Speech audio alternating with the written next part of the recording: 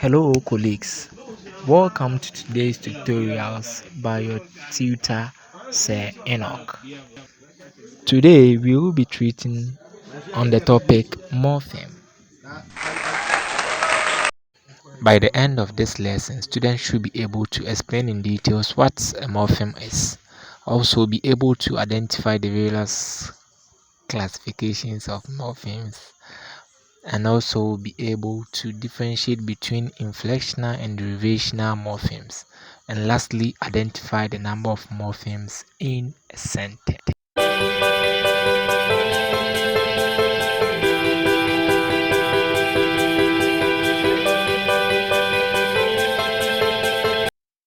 Okay, let's begin by the definition of morpheme.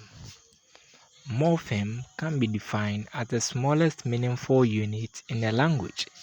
It consists of a linguistic element that cannot be broken into further units.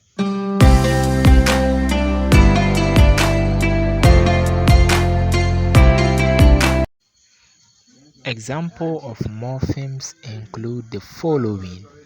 In English, the word stop cannot be broken into further units, therefore it is a morpheme. In the same vein, the following can be considered morpheme, that is cat, love, table. Proceeding to types of morphemes, there are two basic types of morphemes in terms of their capacity of occurring alone. These are free morphemes and bound morphemes.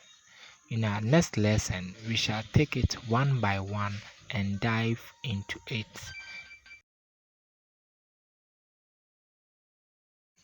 Taking it one by one, free morpheme is a morpheme which can stand on its own and make meaning.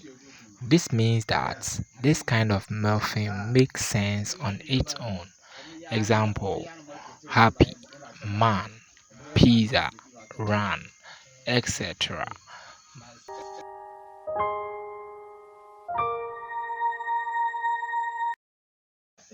Bound morpheme, on the other hand, is a kind of morpheme which cannot stand on its own. That is, a bound morpheme gets its meaning when it is attached to a free morpheme.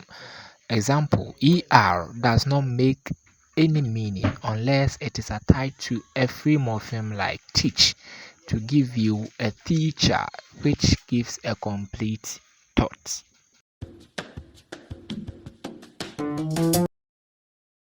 There are two categories under bound morphemes, namely inflectional morphemes and derivational morphemes. Taking inflectional morphemes.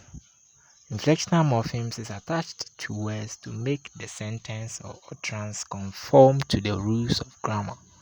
Example: taking a word like match. When you add es, it produces matches. When you add ing to the same word match, it produces matching.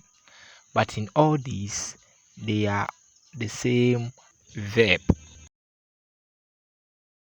Derivational morphemes is the process of forming new words from an existing one.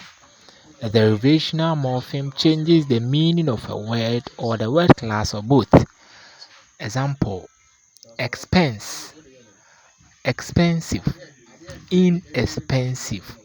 They are all derived from the same word expense, but in the continuous words, they all give different meaning and also different word class. Up next, let's look at the various ways of identifying the number of morphemes in a given word. In English, the word stopped is composed of two morphemes, that is stop plus past tense marker.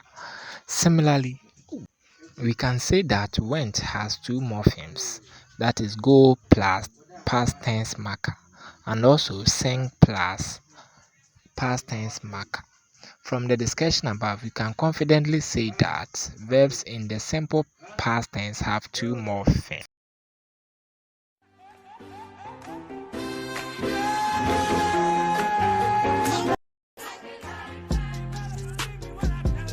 following are short exercises on morphemes. You can try your hands on it to test your understanding.